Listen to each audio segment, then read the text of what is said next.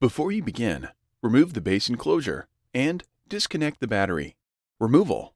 Push both arms outward simultaneously to release the memory module to the spring tension position. Grasp the memory module by the edges and pull gently to remove it. Replacement. Align the notch in the memory module with the key in the memory module slot. At a 30-degree angle, insert the memory module into its slot on the system board. Press down on the memory module until the arms snap into place. The second memory module is replaced in the same way.